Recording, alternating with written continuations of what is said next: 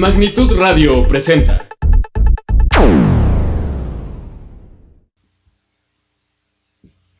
Matías de Stéfano. Nació en agosto de 1987 en Venado Tuerto, Argentina. De sus propias palabras se dice: soy uno de esos tantos niños nuevos que han nacido desde 1987 en adelante, para atraer y anclar la nueva conciencia. Soy uno de esos niños, adolescentes y adultos denominados comúnmente como raros, fracasados escolares, desertores sociales o índigos. Soy uno de los tantos trabajadores, organizadores y guías de este comienzo de era, de esta transición que todos estamos viviendo. Y es por mi labor ante este cambio que he decidido realizar este espacio para poder expresar quién soy, quiénes somos, qué hacemos y contar un poco sobre lo que yo he venido a hacer, cómo ha afectado a mi vida humana esta labor con la intención de ayudar a aquellos que están en el camino de despertar sus potenciales, así como yo lo estoy haciendo. Como mi labor es guiar a las almas que no están centradas aún en la tierra, mis guías y yo hemos determinado que cuanto haga yo sobre la tierra debe estar relacionado con la educación. Y es por eso que decidí estudiar psicopedagogía. Matías de Stéfano se refiere a sí mismo de ese modo, como un trabajador que viene a despertar conciencia a través de la educación.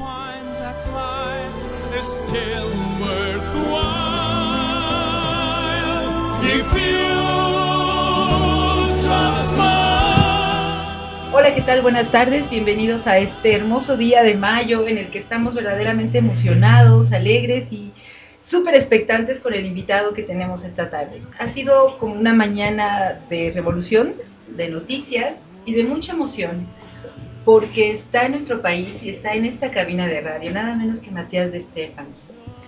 Este chico del que hemos hablado tantas veces, del que nos ha sorprendido saber y recibir todos los mensajes que trae consigo y que tiene que compartir como parte de este despertar de la humanidad. Y de verdad, preparándonos prácticamente para su taller que va a dar este sábado 18 en el tema de Altertumti. Y bueno, pues es parte de este trabajo que venimos haciendo en colaboración con su equipo para que sepan cuál es el mensaje que Matías nos trae. Este día de verdad estamos súper contentos, esperamos tener una charla con él profunda, interesante, que los motive a estar este sábado 18 en su taller. Y toda la información del mismo la pueden ver en la página de nuestro programa como Caídas del Cielo y de otros programas que tiene Magnitud Radio, que lo estaremos promocionando de aquí al sábado para que todos estén emocionados de participar y sepan qué es lo que se va a ver principalmente en este taller. Bueno, estoy con mis compañeras como Caídas del Cielo, Lupita. ¿Qué tal? Buenas tardes. Barbie.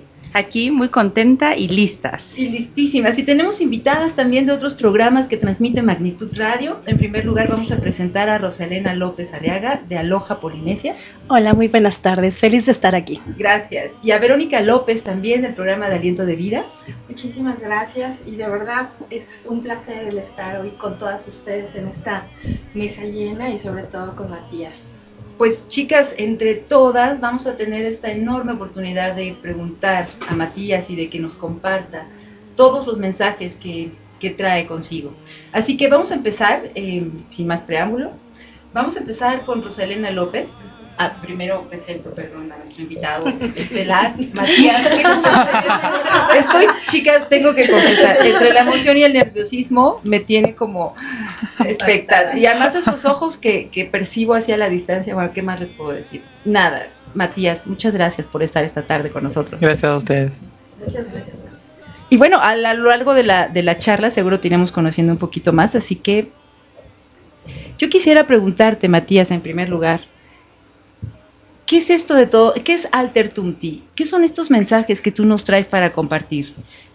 Altertumti nació básicamente porque una vez, yo como siempre vengo contando, que desde pequeño empecé a tener recuerdos de otros tiempos, de diferentes historias que pasaron en la Tierra, en otros planetas, en la galaxia, en muchos sitios y en todo el universo.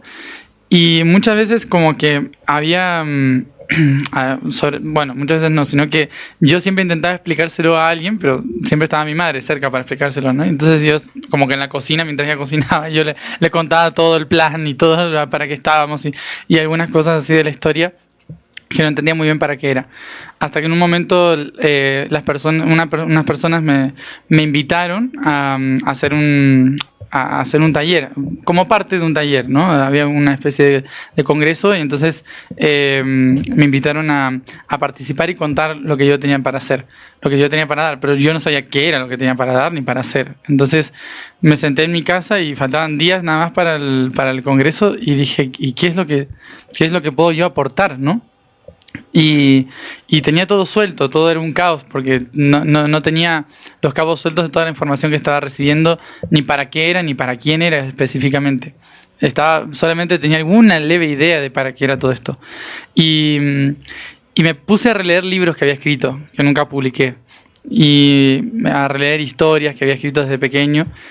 Y en una, es como si estuviese pasando una historia en el año 2100 y algo, en Egipto. Como que ya había pasado la Tercera Guerra Mundial y todo, yo como contaba historias así, que ya el mundo se había reacomodado a otra cosa, pero que no había cambiado del todo en algunos países y entonces narrando toda esa situación es como que yo le doy paso a la voz de mi hijo hablando ahí, ¿no? Como si yo tuviese un hijo, todavía no lo tengo obviamente, pero como si fuese mi hijo o nieto el que está hablando en ese momento en Egipto. Y mira el Nilo, mira el río Nilo y dice, en una parte del texto dice, tal como decía mi padre, dice Ater Tumti, que significa el cielo en la tierra.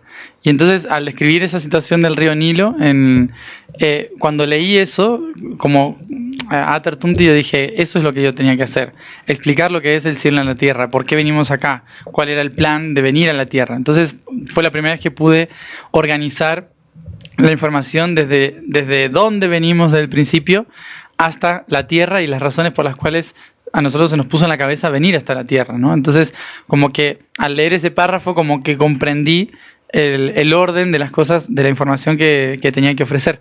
Y le puse el nombre justamente de esa frase que yo solía decir, ¿no? Que era el Ater Tumti. El Ater Tumti era un plan que se gestó en el Mediterráneo en el año 10.000 antes de Cristo, aproximadamente, que siguió durante unos 2000 años y que tenía que ver con ayudar a que las personas pudieran comprenderse a sí mismas como ejes o enchufes de toda la energía universal, de toda la sabiduría universal para ser plasmada aquí en la Tierra. Y le pusieron así, el Aether, que es el cielo, Tum, que es la Tierra, y la partícula que indica que está dentro de es Ti. Entonces, Ater Tum Ti es estar dentro de la Tierra, traer el cielo a la Tierra. Fíjate que ahora que nos cuentas eso, me recuerdas un poco de todas las tradiciones filosóficas antiguas que hablan de esta enorme búsqueda del ser humano por conocer su origen, de dónde venimos, quiénes somos y a dónde vamos. Es parte como retomar y como escuchar a estos viejos preceptos filosóficos donde todas las escuelas trataban de entender y de explicar qué era el ser humano. Sí. Y entonces esto que nos cuentas, esta introducción que nos dices, me da pie como para preguntarte, ¿y de dónde venimos? ¿Y a qué venimos a la Tierra? Sí, para explicar, sobre todo, hacer un inciso de eso, la mayoría de las escuelas filosóficas de aquel entonces se preocupaban por el ser, pero sobre todo por la evolución del ser general, de las sociedades, de cómo iba a evolucionar el planeta en su conjunto, hacia dónde íbamos como planeta y civilización. Hace un tiempo, básicamente unos pocos siglos realmente, empezó a preocuparse uno por el individual, ¿no? Por el individuo, digamos. ¿Y qué hago yo dentro de todo esto? Entonces, desde hace mucho tiempo, como que ha habido un montón de corrientes de despertar, tanto de ciencia como de espiritualidad, que llevaban a buscar la integración del ser individual, ¿no? De cómo estoy yo, cómo me puedo sanar a mí mismo, que está genial porque es importante empezar por ese lugar, ¿no? Para poder sanar todo el resto. Pero yo es como que vuelvo a traer un significado antiguo que tenía que ver con el conjunto de ese ser, ¿no? O sea, una vez que ya sabes quién eres, qué estás haciendo aquí, Entonces, ¿qué haces en conjunto con los demás? ¿Para qué vinimos en la sociedad todos juntos? ¿Por qué estamos todos juntos en el planeta? ¿No? Entonces, yo explico esto, te digo esto porque las corrientes de aquel entonces, de hace miles de años, buscaban el conjunto y hacia dónde iba la masa, digamos, como un ser, como una entidad. Después la masa se convirtió prácticamente en un toro inconsciente que avanzaba sin darse cuenta hacia dónde, pero que ahora, como individualmente muchos están tomando conciencia, ya está preparada la masa para otra vez volverse a conectar con el propósito de la Tierra. Entonces, la pregunta de dónde venimos, ¿no? ¿Era? Sí, sí. O sea, ¿de dónde venimos? ¿De dónde venimos y a qué venimos? ¿Y a qué venimos? Justamente. Entonces, como conjunto, obviamente individualmente puede ser cualquier cosa. A lo mejor uno viene simplemente de una pasantía al planeta a experimentar algo y después se va. Y le da igual lo que pasa en el planeta. Puede que haya, individualmente puede haber miles y millones de historias diferentes, ¿no? De justamente el propósito de cada uno. Pero en conjunto, los que venimos al planeta y hace vidas que están en el planeta, que estamos recorriendo sus continentes, sus civilizaciones, su propósito evolutivo, ya tenemos una labor en conjunto con una misión en conjunto, ¿no? Sobre la evolución del planeta. Nosotros venimos de diferentes lugares, de muchísimos sitios, hasta el planeta, pero en realidad todos venimos del mismo lugar, ¿no? De la totalidad, de la esencia. Pero de esa esencia en un momento nos dividimos para poder entender que teníamos diferentes caminos para llegar a la comprensión de lo que era la totalidad, ¿no? Porque yo explico que nosotros venimos de la totalidad y ya teníamos todo, ¿no? Entonces la pregunta es ¿por qué volver a la totalidad, ¿no? Y por qué, si estábamos ahí, ¿por qué separarnos para volver a ir ahí, ¿no? Es un poco ilógico, digamos. Pero la lógica es que nosotros éramos parte de la totalidad, pero no habíamos experimentado la totalidad, ¿sí? Éramos la esencia de la totalidad, pero no sabíamos todas las caras que podía tener esa totalidad. Entonces nos lanzamos a experimentarlas, a dar vueltas por el universo, a crear el universo para experimentar las diferentes caras de esa totalidad. Y una vez que las experimentamos, teníamos que integrarlas para devolverlas a la esencia, pero superada, ya como en un nivel evolutivo mayor, ¿no? Como que ya estábamos floreciendo hacia algo diferente a lo que éramos. Entonces, el viaje desde esa totalidad nos llevó a tener diferentes caminos, ¿no? Que algunos han vivido mucho en constelaciones, en planetas, en otras galaxias, como otras entidades, trabajando para los sistemas etéricos o trabajando para los sistemas físicos. Y de repente, en un momento, nos llamaron a la Tierra. ¿Por qué nos llaman a la Tierra? Porque dentro de muchos de nosotros seguramente estábamos paseando por la galaxia de acá del Cinturón de Orión. Entonces, como estábamos cerca, por frecuencia, por resonancia, fuimos llamados a un mundo que estaba vibrando más alto que otros en ese momento. Y vibrando más alto de otros no quiere decir que esté mejor que otros, sino que de repente hubo una frecuencia con la que se alineó este planeta. Y como este planeta estaba creciendo y floreciendo, representaba justamente para muchos la oportunidad de experimentar muchas cosas en un solo lugar. Y para muchos otros seres, la oportunidad de unir diferentes razas, diferentes potenciales de la galaxia, para que trasciendan juntos como un portal de luz, ¿no? Es como si de repente encontramos un lugar donde, en el planeta Tierra, en algún país, donde sabemos que cualquier raza se puede unir con cualquier raza y hacer algo realmente potente y salir adelante como algo diferente. Bueno, lo mismo pasó con la Tierra. Muchos planetas pensaron eso de la Tierra y muchas almas y espíritus vimos la oportunidad de poder experimentar todo junto aquí, ya que se iba a unir. Entonces, el propósito por venir aquí a la Tierra es, experimentar muchas de las cosas que no podíamos experimentar en una sola vida, y por otro, como espíritus y almas estoy hablando de eso, y por otro lado, como entidades de la galaxia que estamos evolucionando, con el propósito de ayudar a que este planeta se vuelva un portal de luz para toda la galaxia. Qué impresionante. Una pregunta más de nuestra parte. Matías, en este recorrido que estás nombrando, a mí me asalta una pregunta de primaria. ¿De qué? De primaria. Y es, en tus anteriores vidas, ¿también venías con esta misma misión? ¿Habías trabajado en lo mismo? No siempre. No siempre. Sí hubo como una tendencia a que mis vidas fuesen para prepararme para estas cosas. Sin embargo, no tuve muchas vidas en el planeta, pero las que tuve no todas tuvieron que ver con lo que estoy haciendo ahora. Sí, una o dos, sobre todo una vida que fue la más fuerte, que es básicamente todo lo que hoy le pongo los nombres Harbu, Tuma, Tartumti, vienen de esa vida, de las lenguas que hablaban en esa vida. A orillas del Nilo, que no era Egipto en ese momento, era otra cosa. Y ahí sí estuve trabajando, pero no tenía memoria, como hoy.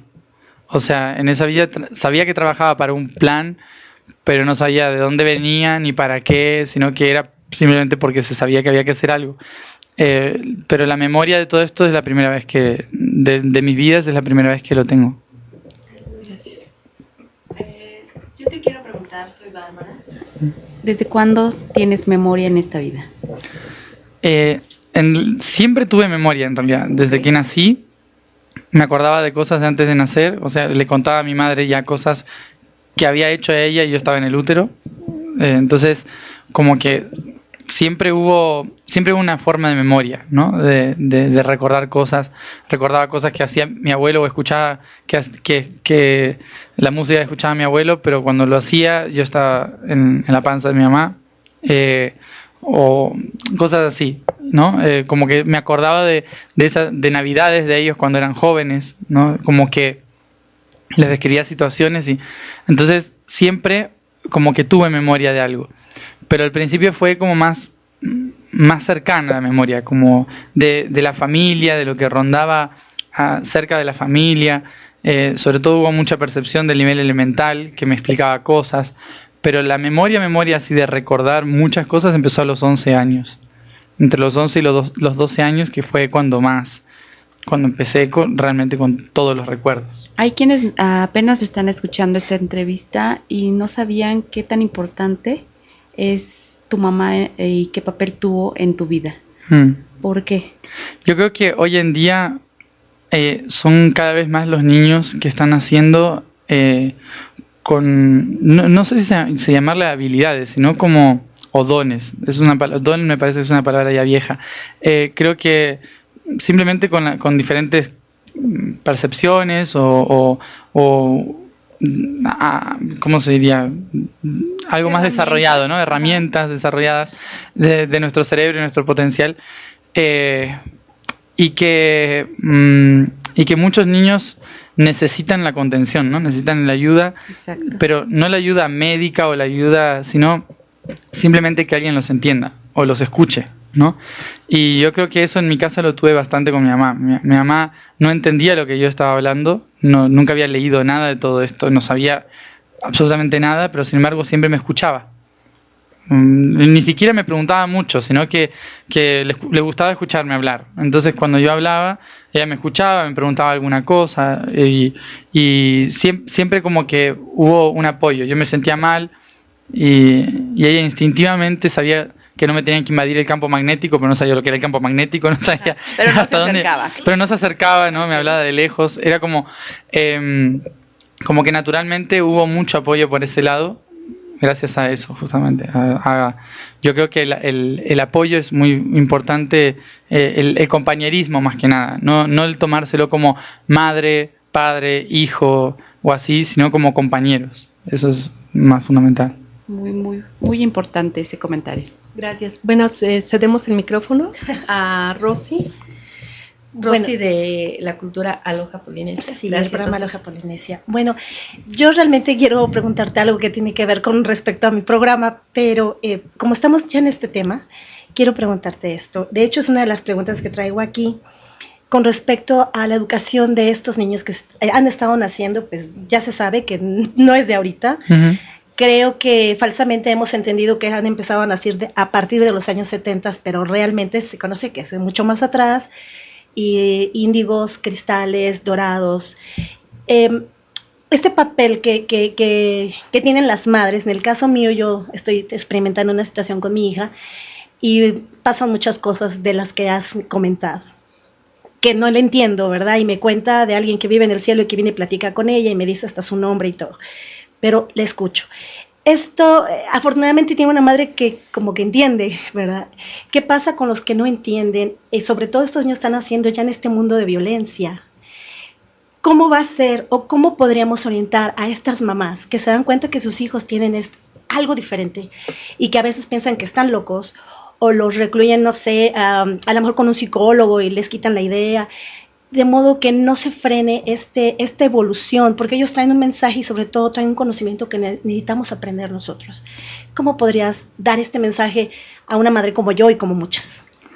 Y eso es un tema bastante amplio, ¿no? Porque yo creo que no pasa solamente obviamente por el apoyo emocional del niño, sino que también por el apoyo emocional y físico de la madre, ¿no? Porque hay muchas de las veces que normalmente una madre puede ayudar a sus hijos a salir adelante, a escucharse, a comprenderlos, es porque normalmente la madre tiene solucionados un montón de problemas que tienen que ver con lo emocional, lo físico, lo económico, ¿no? Entonces, yo creo que hay muchos niños que han decidido nacer también en familias densas o familias que les cuesta mucho por el hecho de que ese niño también tiene que llevar luz a la oscuridad, ¿no? Claro. Y muchas veces tienen que, o sea, que un niño de luz nazca en una casa de luz no tiene mérito, digamos. Claro. Entonces, un niño de luz, muchas veces, la mayoría de los niños de luz deciden nacer en lugares muy oscuros, ¿no? O sea, en villas, en países muy pobres, en guerras. ¿Por qué? Porque lo que hacen es poner un poco de luz, ¿no? En ese punto. Tal vez no logren ayudar que despierten los padres o lo que sea, pero sí el ambiente empieza a cambiar en cierto aspecto. También tienen sus experiencias, necesitan vivir sus experiencias de densidad, muchos, ¿no? Claro. Yo, por ejemplo, no tuve que vivir experiencias de densidad en familia porque justamente necesitaba empezar a hablar rápido, necesitaba contención para poder hacer todo esto que estoy haciendo rápido, pero muchos vienen directamente a que durante toda su vida ayudar a sanar aspectos de la densidad que hay en la sociedad, en las familias, en la genética de las familias. Entonces pueden que estén toda su vida trabajando para purgar eso. Y tal vez no cambien sus padres, pero sí logran cambiar a sus hijos, ¿no? O sea, sus hijos y sus nietos. Lo que viene a futuro. Claro, hacen como una especie de quiebre en frecuencia, ¿no? Que hace que como que se limpie el ADN y por lo tanto las acciones que se han llevado a cabo como que se solventan. Ahora, ¿cómo ayudar a las madres que normalmente... ¿Cómo ayudar a las madres? Yo creo que pasa mucho, todo tiene mucha relación. Y yo siempre digo que si estamos esperando una revolución del ser, una transformación de la sociedad, obviamente la educación es un pilar fundamental, ¿no? En que la educación tiene que facilitar el contexto que le permita a los niños relajarse con expresar lo que sienten y a que los padres puedan también relajarse en disfrutar de lo que expresan sus hijos. Pero el problema de hoy es que la economía no te permite hacerlo, porque muchas de las escuelas que permiten hacer eso hoy en día tienen que estar fuera del sistema, por lo tanto se tienen que autoabastecer económicamente. Y como no tienen subsidio del Estado, entonces tienen que ser privadas y por lo tanto muchas personas no pueden pagar una escuela privada. O sea, no es que qué mal que sean privadas y se cobren, sino que no tienen sustento de otra forma de seguir viviendo, entonces tienen que cobrar. Entonces, ¿qué pasa? Las familias que quieren ayuda, pero no pueden pagar porque tienen que trabajar 9 horas al día o más, ¿no? Y cuando llegan están cansados y los hijos le hablan de extraterrestres y dicen, cállate, no, ve a estudiar para que luego puedas trabajar y mantenerme, ¿no? Entonces, ¿qué pasa? Es como parte de un sistema, de un ciclo que en realidad no se va a transformar hasta que la economía y la educación no se unan para un trabajo en común. Hoy el trabajo en común es, en realidad, la educación, crear trabajadores para que después produzcan más dinero. No sé si lo notaron. Entonces, mucho no contiene emocionalmente, sino que intenta desarrollar la comprensión o retención de la información. Entonces, ¿qué hacen los padres? Para que haya un buen trabajo, tienes que memorizarte todos los libros que te dicen en la escuela, y entonces estás preocupado tanto por memorizar que para poder encontrar trabajo después, porque tener buenas notas, que tus padres están trabajando para que tengas buenas notas, pero tú no quieres tener buenas notas porque lo que quieres es la atención de tus padres, porque necesitas desarrollar el ser, pero tus padres tienen que trabajar para mantener el ser. Entonces es como todo un ciclo vicioso, ¿no? Que yo creo que se va a ir saldando en tantos aparezcan más proyectos que ayuden a estabilizar la economía familiar de muchas de las personas que quieren hacer el cambio. Entonces, las madres, escuchar a sus hijos. Es fundamental empezar a escuchar a sus hijos. O sea, por más cansancio que tengan, por más lo que sea, escuchar un poco y compartir un poco, ¿sí? Aunque sea un poco, ¿no? Día a día, compartir un poco de lo que tienen para dar. Eso es fundamental para empezar ya un cambio. Pues muchísimas gracias. Voy a hacerte otra pregunta también. Ya es un poco relacionado a lo mío. Yo he seguido tu camino, ya tengo prácticamente 2 años de saber de ti, de todo lo que más o menos enseñas o haces que estemos recordando, porque realmente es conocimiento que todos tenemos. Y escuché pláticas sobre la vida y sobre la muerte. Alguna vez una entrevista que tuviste con Jorge Schubert. Uh-huh. En lo que yo practico, en lo que es la danza hawaiana específicamente, es una danza que no hay muerte. No existe la muerte porque la muerte es una vida. Uh-huh. A mí me quedó muy claro, y cuando yo te escuché que me decías que la muerte es una fiesta, uh-huh, y que todos estamos esperando llegar, bueno, que no lo sabemos, pero nacemos prácticamente para llegar a esa fiesta. Sí. Entonces, que no lo sabemos. Más sin embargo, en ese momento a mí se me vinieron muchas preguntas. A mí se me hizo lógico porque la experiencia que yo tuve por mi madre fue así, como en esa entrevista. Pero en la realidad hay otras cosas, ¿no? A mucha gente la muerte la toma de sorpresa. ¿Y qué pasó? ¿No?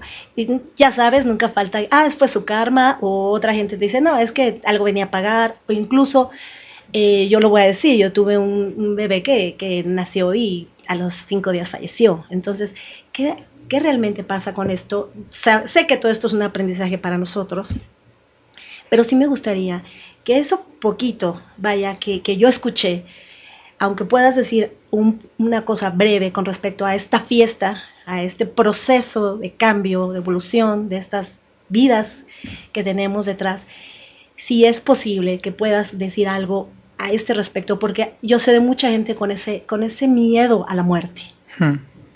Es que justamente tiene que ver con eso, el miedo. O sea, nosotros desde que apareció nuestra especie humana, hoy en día estamos aquí gracias al miedo, en realidad. O sea, le debemos prácticamente nuestra supervivencia al miedo. Al menos en la época de las cavernas, ¿no? La humanidad tenía miedo de los animales, se escondía, aprendió a cazar debido a ese miedo, ¿no? Dijo, vamos a hacer armas para sobrevivir. Cambió el clima, le dio miedo, se fueron, caminaron, ¿no? Tenían más inseguridades, entonces se conformaron un pueblo para estar más fuertes ante cualquier cosa, ¿no? Siempre por un miedo nosotros fuimos evolucionando. El problema es cuando el miedo en realidad aparece cuando hay una inconsciencia sobre el proceso de evolución. Hoy en día que estamos teniendo idea del proceso de evolución, hacia dónde vamos, de dónde venimos, por qué estamos acá, ya el miedo mucho sentido no tiene, ¿no? Porque ya no hay ante qué sobrevivir, sino que, o sea, sí, tenemos todavía muchas cosas por las cuales luchar para seguir sobreviviendo, pero si empezamos a tomar conciencia, ya como que el miedo empieza a desaparecer.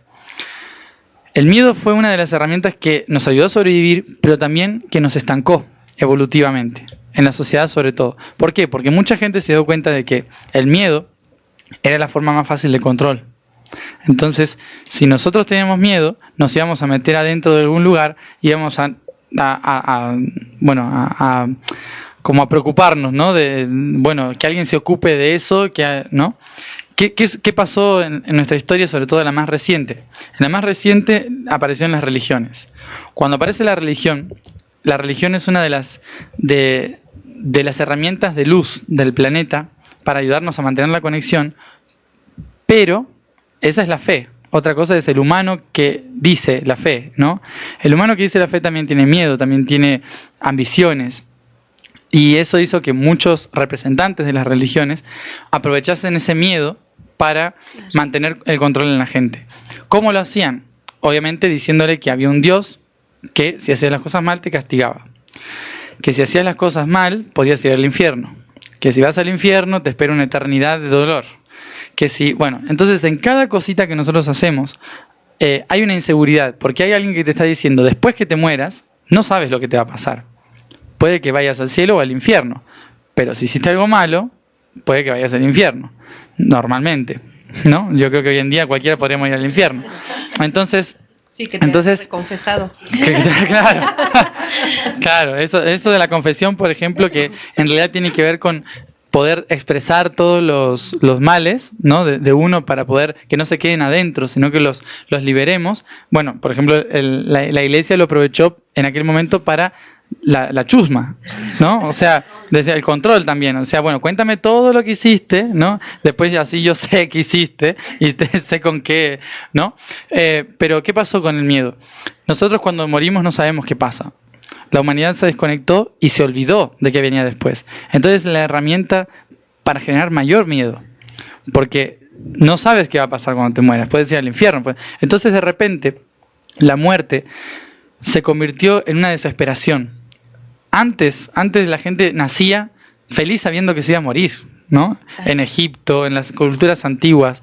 En la mayoría de las culturas antiguas, en las culturas aborígenes, en todas las culturas antiguas, nacían y los preparaban para la muerte porque sabían que este era simplemente un paso para pasar una escala superior que era la muerte, ¿no?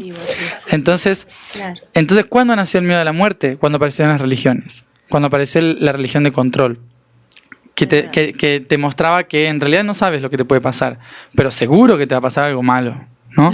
Después, eso es lo más seguro, eso es lo que ya compraste. El pasaje que compraste seguro es el infierno. Después vas a ver al último tiempo si te puedes ir al cielo o no.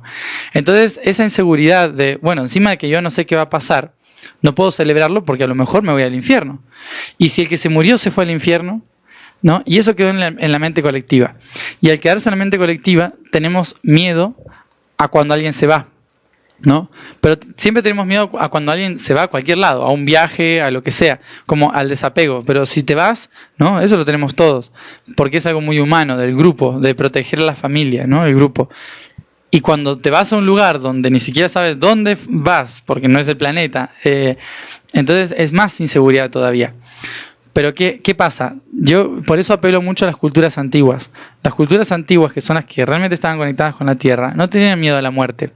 Morir en la guerra era un honor, por ejemplo. Morir ayudando a sobrevivir a otros era un honor, era la gloria. Morir era tomar el barco hacia el cielo, ¿no? Morir era hacer el viaje más interesante de tu vida.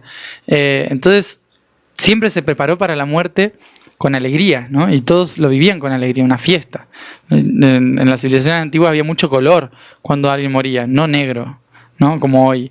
Entonces, yo creo que es importante recordar que nuestras bases como humanidad tenían que ver con la felicidad del cambio, con la felicidad de la transmutación. Y que después apareció el miedo cultural, ¿no? Que hoy en día no mucha gente ya es atea, no tiene religión, no creen que vaya a un infierno o un cielo, pero sin embargo hay miedo a la muerte, porque eso quedó en la memoria celular. Entonces hay que sanar la memoria celular recordando de que cuando nos vayamos, si lo vivimos con alegría, si vivimos la vida con alegría, también vamos a vivir la transmutación de esa vida con alegría. Bien, pues... A ver, compañera. Sí, pues muchísimas gracias. Justamente redondeando un poco lo que dice Mati, tiene razón. Yo creo que finalmente ahora lo que le tememos es a vivir, ¿no? Y tú has estado haciendo este parteaguas de este despertar de la conciencia, porque lo importante es a qué venimos a este planeta y hacia dónde estamos yendo, ¿no?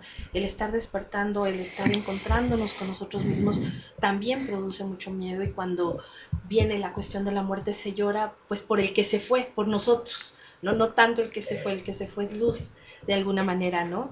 Y lo tenemos dentro de nuestras culturas pues como en alguna forma, como que sabemos que va a un mejor lugar, pero no sabemos a dónde, ¿no?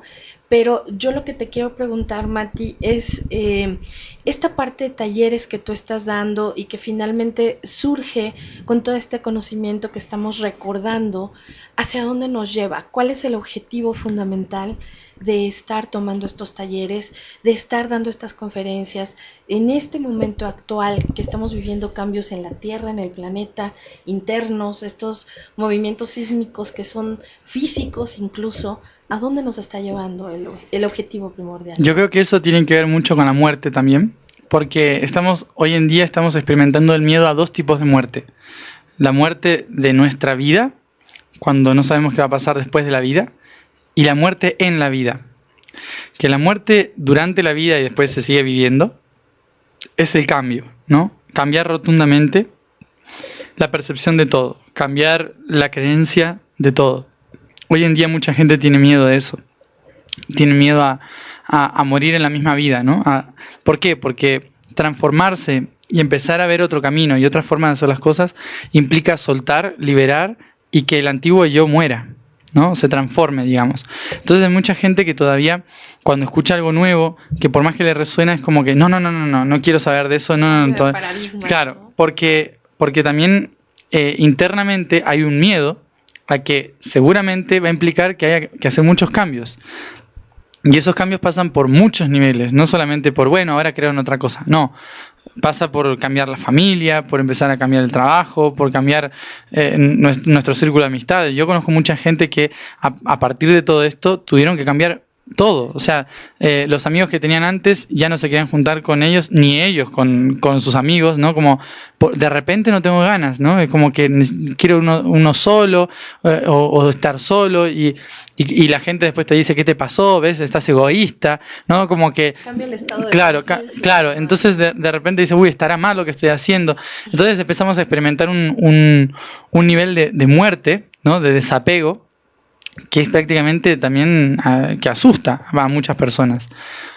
Yo lo que intento con los talleres es hacer que esa muerte sea graciosa, digamos, o sea, y que se acuerden que lo que vinimos a hacer no es solamente para un cambio nuestro, sino que es para el cambio de todos, que lo menos que podamos aportar ya está aportando algo grande, ¿no? Y creo que en los talleres, en lo que estoy haciendo, tiene mucho que ver con ayudarles a recordar por qué vinieron. Yo me encontré en el camino del año pasado en Harwitum, en las plazas, ha aparecido gente, como lo hacíamos libres en las plazas, ¿no? Porque era la tarea que tocaba en ese momento.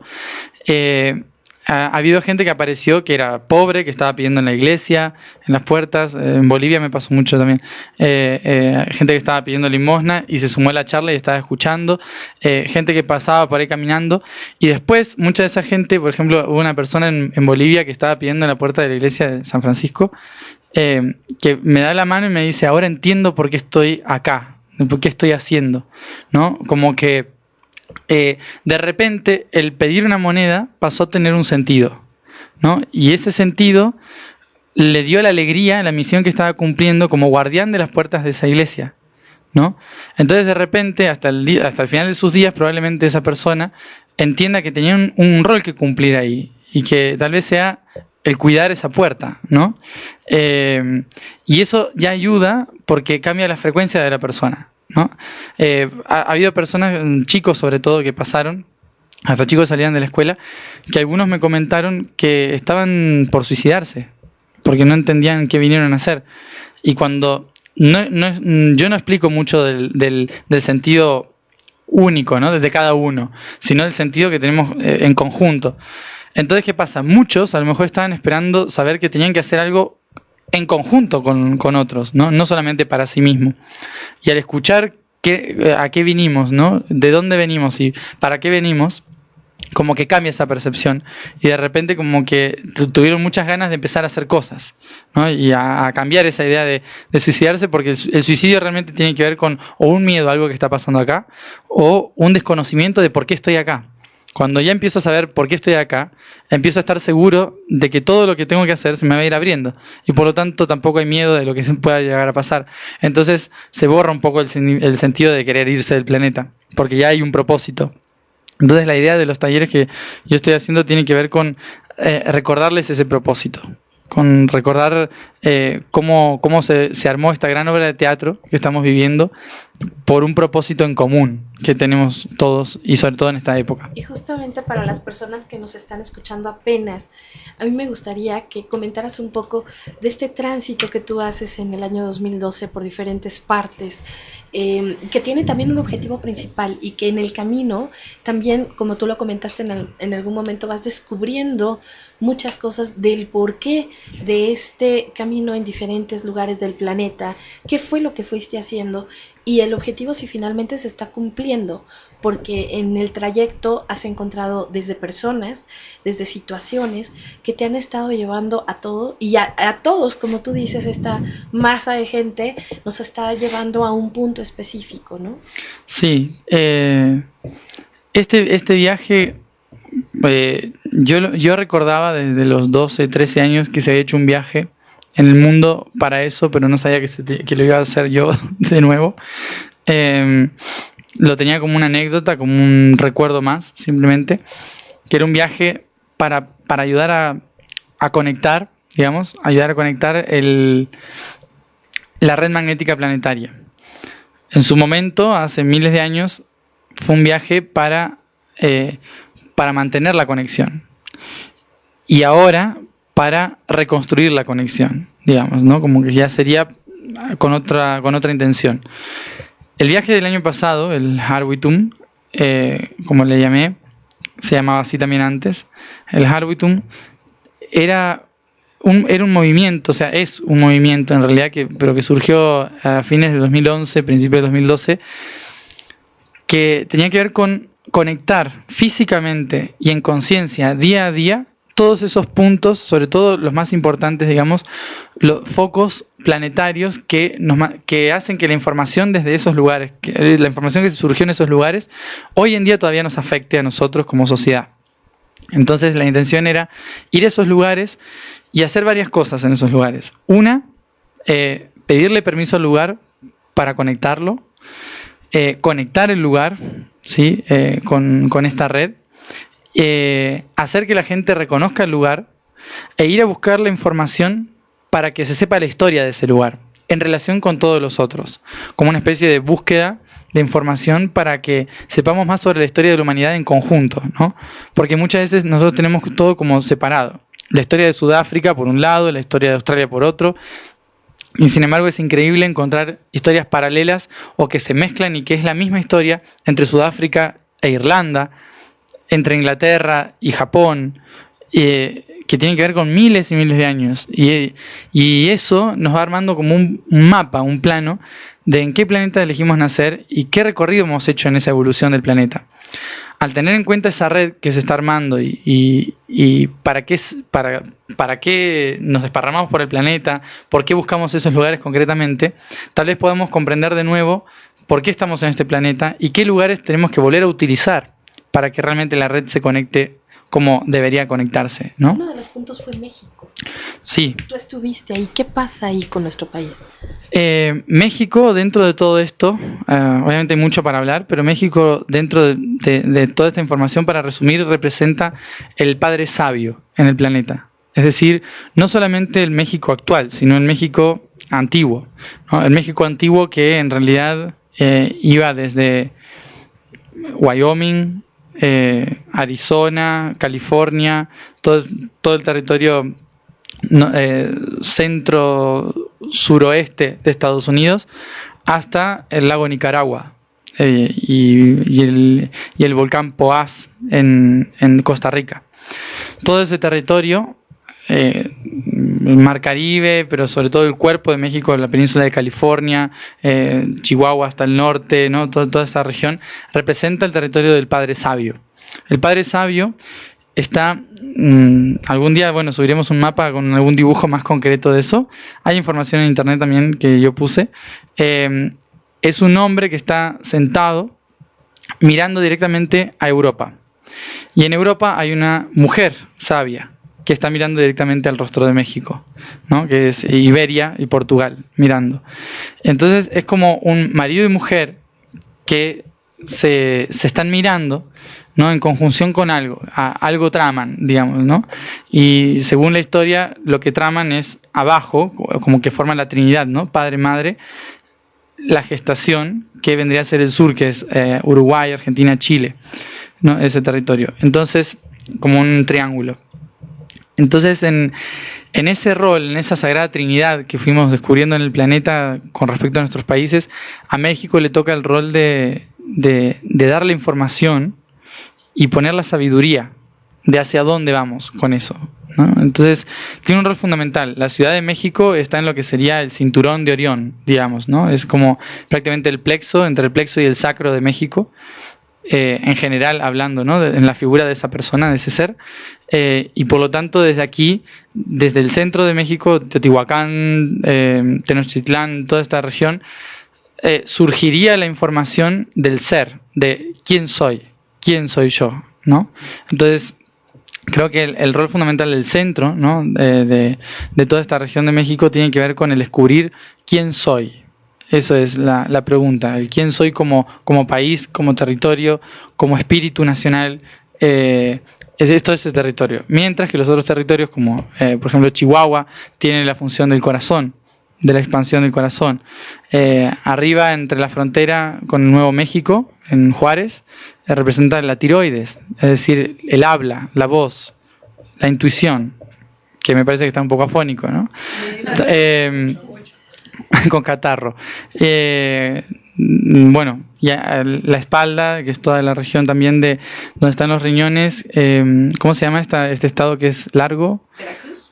No, más arriba, del lado de la península de California. Sinaloa. Bueno, cada región, ¿no? Las rodillas que permiten el impulso hacia adelante están en Chichén Itzá, o sea que, bueno, Cancún, toda la región de allá, Mérida. Entonces, todas las zonas de México, hasta los pies, que en realidad dentro del Padre Sabio, los pies, la planta del pie representaría los volcanes de Nicaragua. Todo este territorio representa la búsqueda de justamente la sabiduría ancestral del humano que está en América, ¿no? Pero ¿qué pasó con México? Que le arrancaron la cabeza y el espíritu. Entonces, desde ese momento, sí, la cabeza es Nuevo México. Si lo ven, es clarito. Tiene hasta el cuello mirando para el frente. Es Nuevo México. Y el ingreso del alma es Arizona. Y el espíritu es California, Nevada, Colorado, toda esa región. Por lo tanto, cuando esa región se le quita al espíritu de México, o sea, se corta la cabeza y por lo tanto el padre sabio deja de ser sabio, empieza a ser un padre patriarcal que se rige a través de las emociones bajas. Sí, entonces machismo, ¿no? Claro. Entonces, de repente se termina la historia de la sabiduría realmente que tiene México. Por eso es importante que haya una buena relación entre los estados del sur de Estados Unidos y el norte de México, para que realmente la información fluya correctamente entre los aborígenes del sur de Estados Unidos y los del norte de México. Por eso tanta gente migra. Sí, leía que es la frontera con mayor migración del planeta, ¿no? Pero también con mayor rencor. Claro. Mucho rencor, o sea, mucha migración, pero mucho dolor. No se sanó. Entonces, el día que se sane o que se empiece a unir de nuevo, pues ya.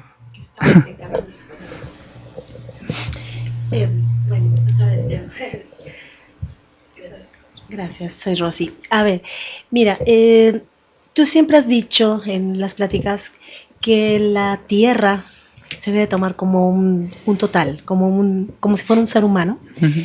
Y tiene sus chakras en diferentes puntos, y que el conocimiento, o a menos yo entendí así, empieza en África y que es el chakra de la coronilla.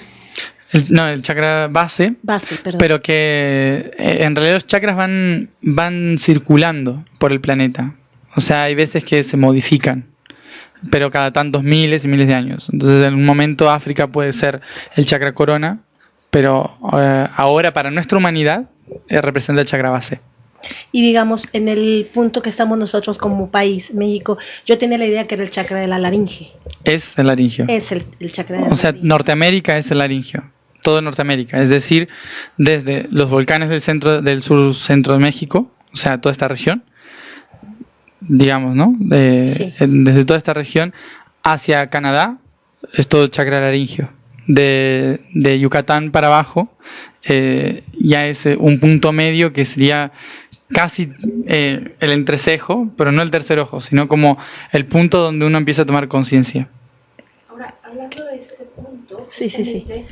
Yo coincido con varios personalidades que han estado en este asunto, que han estado trabajando, inclusive Reinaldo dos Santos, por ejemplo, que hablaba también de un punto importante en Argentina y donde decía que Argentina era como un punto base, pero México era la parte como del despertar de la conciencia. Y muchas personas están enfocadas actualmente en México como este despertar de la conciencia. ¿Qué está pasando ahí? Sí, México, como dije, representa justamente esa sabiduría ancestral, ¿no? México es el lugar que los ancestros más sabios de la humanidad que vinieron desde el desierto del Taklamakan, en Siberia, cuando las migraciones empezaron a dar en el planeta, desde la región de Mongolia y Siberia y Tíbet, empezaron a llegar por el estrecho de Bering hacia aquí. México, es decir, el México imperial, digamos, ¿no? El México antiguo, en realidad, representaba justamente el foco donde los mayores sabios de los que emigraron se asentaron, porque dijeron que aquí era el lugar donde la conciencia podía empezar a resurgir, ¿no? Sin embargo, obviamente que después hubo muchos otros pueblos que también buscaron esos puntos en diferentes partes de América, pero siempre se hablaba de el águila del norte, el cóndor del sur y en el centro el quetzal, que era el que unía, ¿no? Las dos fuerzas. Entonces ese quetzal tenía una labor muy importante, digamos, en unir la voz de la intuición, que era la garganta en Norteamérica, gran parte de México también, y la conciencia del ser o de la visión del nuevo tiempo, que era Sudamérica. Ahora, la cuestión es que sí, Argentina, Chile, Uruguay, sur de Brasil, Paraguay, Bolivia, parte de Perú, representan, ¿no? Con la base en Argentina y Chile, representan justamente un asentamiento de la energía del futuro del planeta, donde probablemente la humanidad se asiente, ¿no? Como algo nuevo. Pero ¿qué pasa? Es un territorio que no ha mantenido la sabiduría del territorio. Por eso mismo es como que el padre que le indica qué hacer a ese territorio y que despierte la conciencia y que dice por dónde ir es México. La información del Quetzal, digamos, ¿no? Es la que indica. Por eso el despertar de conciencia que hay en México determina también cómo se dé esto allá en el sur, ¿no? Pasando obviamente por también la información que va a venir de Colombia, que también es uno de los países que refleja el sol en la tierra y que ofrece la información para el sur de América, ¿no? Pero en representación de la intuición, ¿no? Del escuchar la sabiduría, lo que tiene que ver no con el chakra corona, sino con el laringio, que es el tercer oído, ¿no? Es la garganta, es donde nos podemos escuchar a nosotros mismos, digamos, por eso se llama así. Es el espíritu de México, ¿no? El que tiene que decir el mensaje, pero para poderlo decir correctamente necesita recuperar la unión entre su garganta y su conciencia, su corazón, su mente. Y ahí es lo que nos corresponde como mexicanos. Uh-huh. Mucha responsabilidad. Antes de continuar, hay una pregunta de aquí de las personas que nos están conectados por la red. Y ya tiene rato que lo hizo, entonces a lo mejor ya no engloba mucho en el tema, pero la voy a hacer. Yo tengo una pregunta, dice Lorena Valdés, ¿cuál es el objetivo principal del acceso a vidas pasadas? ¿Recibir mensajes de los guías o ayudar a desbloquear al ser humano que se somete a estas terapias? Ir a las vidas pasadas hay varias formas de ir, ¿no? O sea, una entre las más conocidas son la regresión, ¿no? Que se hizo muy famosa en el mundo hace tiempo, hacer regresiones, y la otra los registros akáshicos, ¿no? Que es entrar directamente en la información más pura, podemos decir.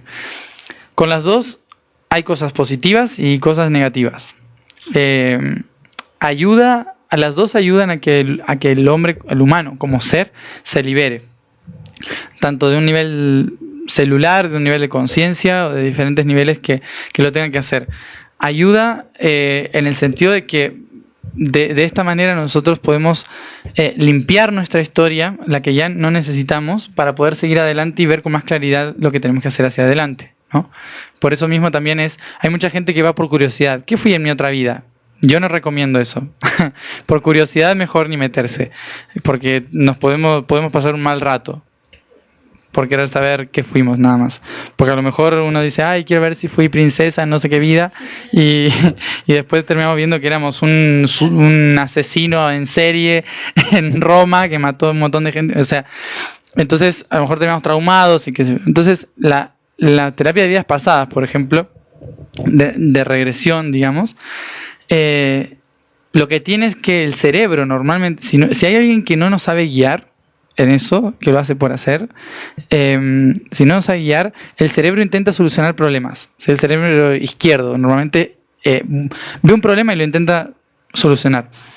Si tu objetivo era ver qué pasó en las vidas pasadas, normalmente tu cerebro va a ir a las peores para que lo soluciones ya. Entonces eso, depende cómo seas tú, te puede hacer vivir de nuevo, revivir de nuevo la forma en que moriste, la forma en que mataste, la forma en que sufriste, ¿sí? Entonces puede ser muy traumatizante y a veces incluso traer de nuevo el karma o el dolor hoy en día. Y por otro lado, los registros, que también implica la ayuda de los guías, ¿sí? Terapia de escuchar a los guías. Los guías para mí es lo mejor, porque los guías intentan ser neutros, explicando, e intentan desde la pedagogía espiritual, digamos, explicarte que pasó esto para que puedas hacer esto y que logres tal cosa, y estate más atento a tal cosa. No te lanza de golpe a ti solo frente a una historia densa, sino que ayuda a que puedas analizar la situación y que haya como una especie de psicólogo del otro lado que te está ayudando en eso. Registros akáshicos, por ejemplo, ingresar de golpe a los registros akáshicos también hay que ingresar con mucho respeto. Depende de qué registros. Si estamos entrando los propios dentro de nuestro cuerpo, bueno, nosotros los podemos controlar. Pero si son registros generales, que es normalmente, bueno, ahí he trabajado yo, la gente que trabaja en registros, gente entre comillas, vamos a decirle gente, que trabaja en registros generales de información, son muy hoscos, ¿no? No tienen alma, para ser sinceros. Como no tienen alma, solo tienen espíritu y por lo tanto entienden de procesos. Si una persona entra a pasear a registros y dice, hola, vengo a buscar información sobre porque tengo ganas, te van a decir, ¿y cuál es el objetivo de esto? Y van a empezar a poner como trabas. Hay mucha gente que entra de prepo, digamos, a los registros, o no sé, ahora yo escuché que hay cursos que me parece que están muy buenos de enseñar a las personas a entrar a los registros, pero hay que tener en cuenta a quién le enseñamos a que abra registros, porque hay gente que lo hace porque hace un curso más, ¿no? Y es como si hicieras un curso más de ser, no sé, diputado nacional, y un fin de semana, y entras de repente y quieres hacer una nueva ley y de repente, no sé, armas un caos adentro y un papelerío terrible y la gente dice, ¿pero qué estás haciendo? No sé qué, y entonces te terminan echando, obviamente, o te terminan borrando todos los archivos, o puede ser grave a veces, incluso te pueden borrar las cosas de la información que tú tenías aquí en la tierra, ¿no? En la computadora, como tú me sacaste cosas, yo te saco también. Como ley del equilibrio. Entonces, es con mucho respeto, siempre con un objetivo. Yo creo que vamos evolucionando en técnicas, pero seguimos con la mentalidad de la Ouija, digamos, ¿no? O sea, claro, porque hay muchas técnicas que ahora nos están ayudando a elevarnos a frecuencias de séptima, octava dimensión, a buscar información, pero seguimos preguntando, ¿hay alguien ahí? ¿No? Como si tuviésemos el vaso del juego de la copa, ¿hay alguien ahí? O vengo a ver si puedo ver qué fui en mi vida. Y no, a esos niveles hay que ir sabiendo, tengo un problema que tiene que ver con esto y no sé cómo solucionarlo, voy a buscar la respuesta para ver cómo puedo hacer o las herramientas que me ayuden a solucionar este tema, siempre con cosas concretas en esos niveles que son espirituales. Gracias Matías. Otra pregunta del público, Sandra Castro nos pregunta que no puede asistir al taller del sábado, pero ¿cómo puede acceder a esa información? En internet está casi todo, o sea, está toda la información. Lo único que en el taller por ahí hacemos alguna actividad o se pueden solucionar temas o preguntas o lo que sea, pero en internet hay un montón de cosas. Ya buscando simplemente mi nombre o Harwitum o Atartumti ya aparece muchísima información que está disponible y que, es más, nosotros estamos intentando filmar todos los talleres para subirlos a YouTube. cuando tengamos la nueva página, tengamos la nueva información, e incluso también armando la agenda del año que viene y del próximo seguramente. Yo siempre pienso a futuro todo el tiempo.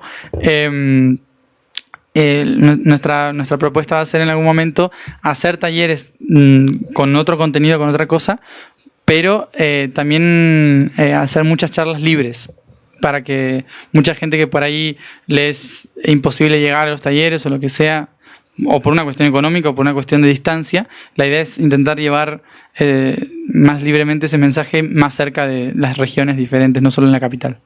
Gracias. Yo tengo dos preguntas del público también, no sé si las podemos hacer, que me las hicieron con anterioridad, es de España. Si puedes comentar algo brevemente sobre la glándula pineal, y la otra es de Venezuela, Anton Williams. ¿Cómo consideras la astrología? Bueno, sobre la glándula pineal, bueno, que se puede hablar un montón, ¿no? Obviamente que yo ahora todo lo vuelco mucho a la tierra, ¿no? Nosotros, esta glándula yo la relaciono con la política, por ejemplo, que tiene que ver con la organización de nuestra conciencia dentro del cuerpo, con la conexión entre el espíritu y la administración del cuerpo físico, digamos, ¿no? Entonces, hoy en día la pineal es una glándula, o sea, siempre funcionó, obviamente, pero que ahora se está volviendo a conectar con otro nivel porque nuestro cuerpo está cambiando y necesita que el espíritu le diga hacia dónde, ¿no? Entonces, yo creo que la pineal hoy en día depende mucho de la activación del tercer ojo, como le llaman también, ¿no? El tercer ojo de la glándula pineal depende mucho de lo alineados que estemos con la energía de la tierra donde está la pineal, ¿no? Como empezando a tener conciencia de que también la pineal de la tierra se está activando y que muchos de nosotros empezamos a tener una activación de la pineal debido a que el espíritu, el alma del ser del planeta se está reconectando y nos está ayudando a nosotros a poder reconectarnos con nosotros mismos otra vez. Y eso hace que la pineal, como le llamaban hace tiempo, no sé si décadas o siglos, que es el asiento del alma, ¿no? El lugar por donde se conecta el espíritu y el alma, se empieza a flexibilizar. Nos empezamos a reconectar de nuevo con esa visión más allá de lo que hay. Y bueno, como justamente la glándula representa a Sudamérica y el lago Titicaca correspondientemente, Isla del Sol, todo ese territorio como pineal, como la glándula directa. Y yo creo que la información que se nos ha dado en esos lugares también tiene mucho que ver con ayudarnos a reconectar con nuestra propia pineal, ¿no? Buscando la información de esos territorios, lo que nos ofrecen las historias y la sabiduría de la gente que empezó con las civilizaciones en esos lugares, nos puede ayudar mucho con técnicas a reconectar esa visión, ¿no? que se nos está proponiendo, que no tiene que ver con muchas personas relacionan la pineal con la activación de la pineal con empezar a ver otros niveles, ¿no? Como empezar a ver ángeles, empezar a ver más allá, ¿no? Pero no tiene solamente que ver con eso, sino con tomar conciencia. Cuando uno empieza a tomar conciencia plena de su cuerpo y de su espíritu en una misión, tal vez nunca en su vida vea un ser más allá de la materia, pero sí va a ser pleno sabiendo que está aquí trabajando para algo, ¿no? Entonces, muchas veces yo creo que no hay que poner tanto énfasis en lo que nosotros esperamos de la activación de la pineal, sino en lo que nuestro cuerpo nos pide, que necesita de la pineal, ¿no? En cada instante. Y la astrología, obviamente que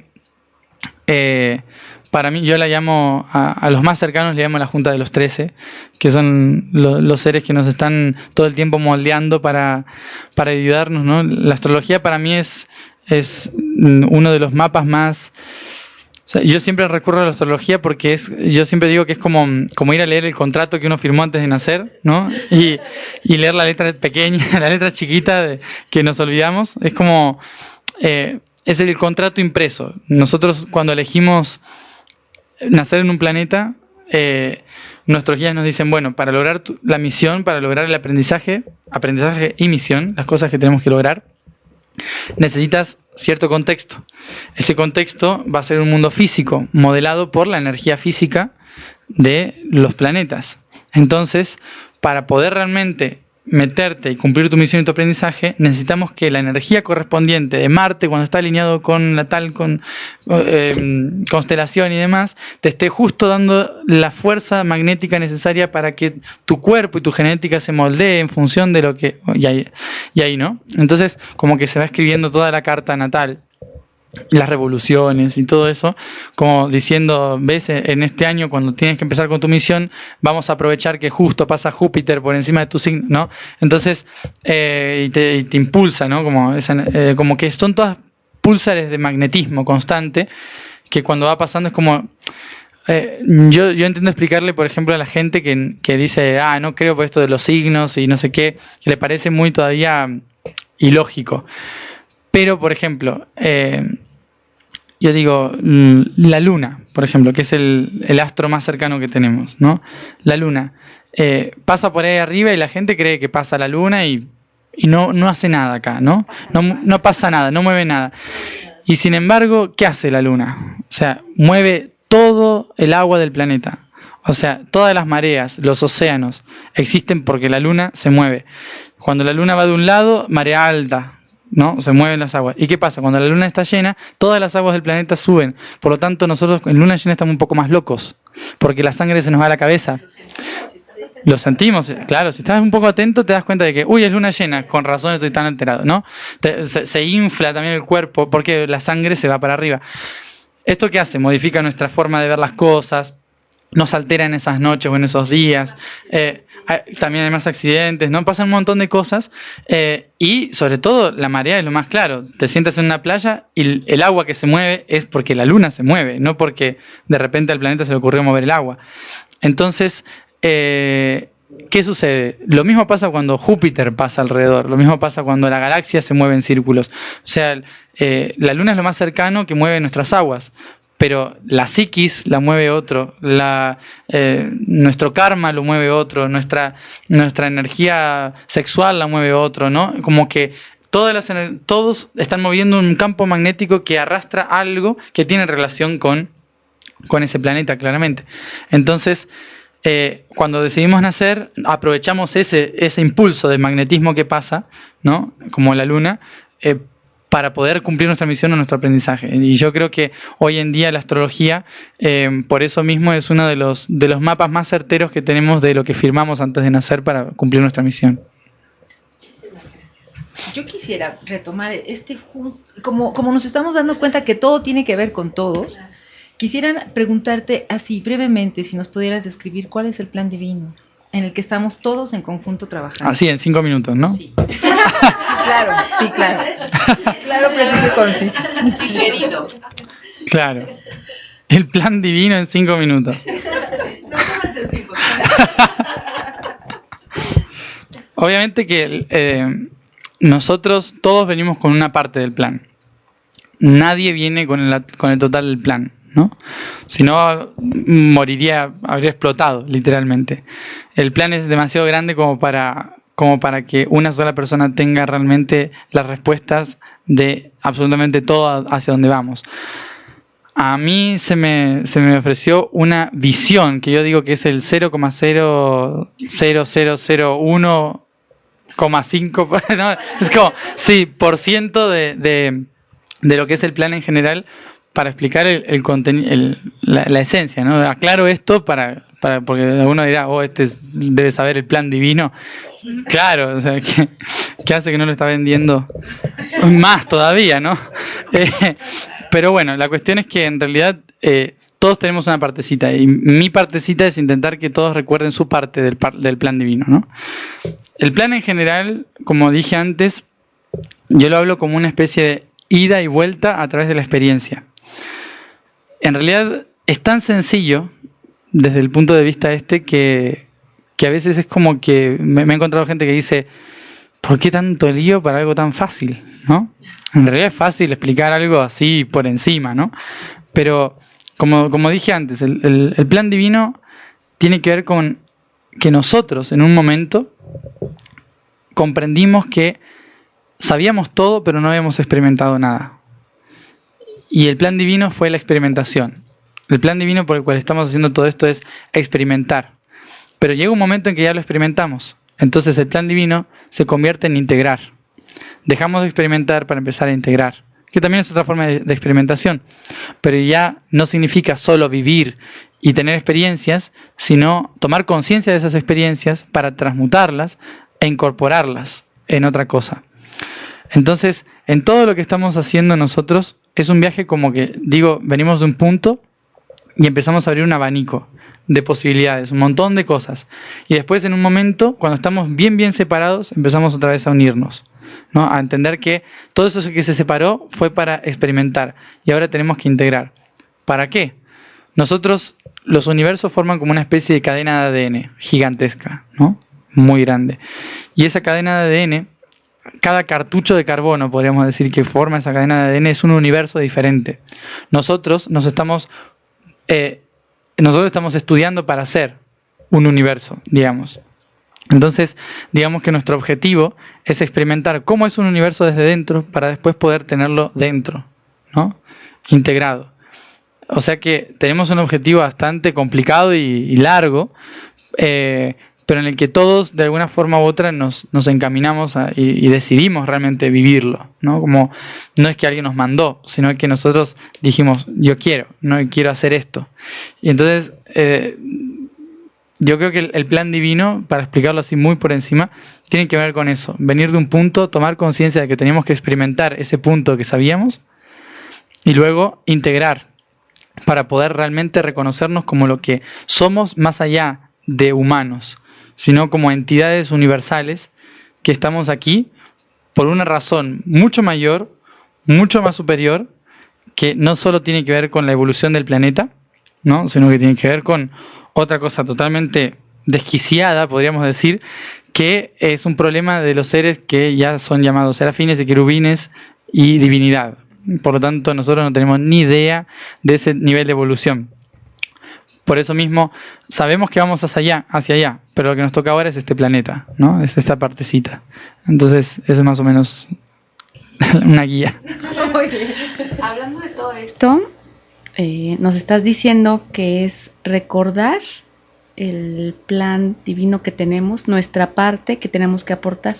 Ahora yo te pregunto, ¿cómo hacemos para recordar que es mi parte? ¿Y por qué lo olvidamos, no? Exactamente. Sí, principalmente que siempre me preguntan, y si hay que saber el plan, entonces ¿por qué nos olvidamos? Para después saber cómo hago yo para... en realidad hay sobre todo creo que dos razones por las cuales nos olvidamos. Una tiene que ver con la naturaleza física de la materia, que tiene que ver con la geometría. Y la otra tiene que ver con una decisión que nosotros tomamos para concentrarnos en lo que tenemos que hacer ahora, en el presente. Antes de nacer, nosotros tenemos la opción de todo el recuerdo de todo lo que hemos hecho, de toda nuestra existencia. Pero cuando vamos a elegir nacer, nosotros decimos, por ejemplo, voy a elegir trabajar con el chakra plexo solar en relación al cardíaco de otro ser humano, por ejemplo, ¿no? O de otro ser, ni humano siquiera, de otro ser. Entonces dicen, bueno, hay un planeta en el que el cardíaco es bastante exacerbado, que es el planeta Tierra, por ejemplo, y el plexo, entonces para poder trabajar el plexo, vas a tener que tener en cuenta que vas a tener que trabajar, por ejemplo, con la tecnología, ayudando a los otros a encontrarse a sí mismos a través de la tecnología, con un programa, por ejemplo, ¿no? Entonces, para eso vas a necesitar que Júpiter te ayude en relación a no sé qué, y vas así, ¿no? Y vas escribiendo todo tu guión, digamos, para llegar aquí a la misión. Pero ¿qué pasa? Todo tu plan te dijo, concéntrate en el plexo solar en relación al cardíaco. Si estás pensando en el chakra que está por encima de la cabeza, que lo que está al lado, que lo que yo hice una vez en una vida que tenía relación con la pierna, que no sé qué, y empieza a ser un caos de, ay, esta persona que quiero ayudar y que me crucé fue mi madre en otra vida, no, dejémoslo ahí. ¿Por qué? Porque lo que te toca es el plexo solar. Entonces, para trabajar eso, con eso te dicen, bueno, primero vas a nacer como... vas a querer ser maestra de escuela para enseñar, vas a querer ser madre para poder relacionarte, así, ¿no? Como concéntrate en eso que te desarrolla el plexo solar, ¿sí? Entonces nos olvidamos por eso. el plan, para concentrarnos en lo que tenemos que hacer ahora. Y por otro nivel es que cuando uno se va metiendo en la geometría, se mete en la estructura geométrica. Y la estructura geométrica es como empezar a colapsar toda la red magnética en diferentes niveles y se arma una rejilla. Y la rejilla empieza a ser cada vez más, y es como una gran tela que empieza a convertirse en una especie de plástico cada vez más denso hasta llegar al cuerpo. ¿Qué hace eso? Que el filtro de información, que es sutil, que conecta todo el universo, le cueste llegar directamente al centro del ser. Porque ya hay corazas magnéticas, físicas, electromagnéticas, o sea, los átomos y demás. Entonces como que es más difícil llegar, y por eso mismo también se nos empieza a bloquear el recuerdo. Tenemos una leve idea hasta los 3 años, y después la cultura y claro, los apegos y demás nos hace cada vez olvidar más. Y también, por ejemplo, la noche galáctica, que son los 12.000 años que pasamos por una nebulosa en la que no nos llega directamente la energía fotónica del centro de la galaxia, y eso nos desconecta a todos, prácticamente por completo. Algunos pocos seguirán conectados. Entonces eso es por una cuestión natural, ¿no? Ahora, ¿por qué ahora hablar de estos temas? ¿Por qué ahora recordar el plan? ¿Por qué? Porque hace 12.000 años que venimos viviendo la noche y naturalmente nos hemos desconectado. Ahora empezamos 12.000 años de día y nos empezamos a conectar de nuevo. Entonces, antes de que haya histeria colectiva, cuando se empiecen a conectar de nuevo y empiecen todos a canalizar de golpe y empiecen a recordar un montón de cosas que ya están haciendo todos, desde los años 80 se mandaron a personas específicas para avisar, ¿sí?, que ya viene, se van a conectar. ¿Se acuerdan de ese plan? Bueno, más o menos fue así la cosa, para que cuando se acuerden no les sea tan raro, ¿sí? Es como para que no se desesperen. Entonces, empezar a hablar de esto tiene que ver con que pronto muchos y casi todos van a empezar a recordar, se van a empezar a conectar, y la idea es empezar a cambiar la costumbre genética que nos desconectó, ¿no? Genéticamente, en nuestra cultura genética tenemos la desconexión de que nacemos con la mente vacía y morimos con lo que aprendimos ahora y ya está. Pero en realidad es mucho más que eso. Entonces, contar esto es como intentar hacer un cambio en la genética y en la percepción de nuestra historia para que nos preparemos para la nueva y le demos lugar también a los que vienen para eso nuevo. Y individualmente, bueno, la conexión individual de cada uno, ¿cómo hago yo para acordarme del plan? Es estar más abierto a todo lo que pasa, porque normalmente nuestra cultura nos hace fijarnos en ciertas cosas, la publicidad sobre todo, ¿no? Y perdemos el sentido de mirar las señales. Las señales son todas esas matrices magnéticas que están en conexión con nuestra misma frecuencia. ¿Esto qué significa? Por ejemplo, si estoy hablando de que, por ejemplo, somos música, los humanos, por ejemplo, y cada persona es una nota en el teclado, ¿sí? Si yo soy mi, ¿sí?, me voy a relacionar mejor cuando escuche las otras octavas de mi, ¿sí?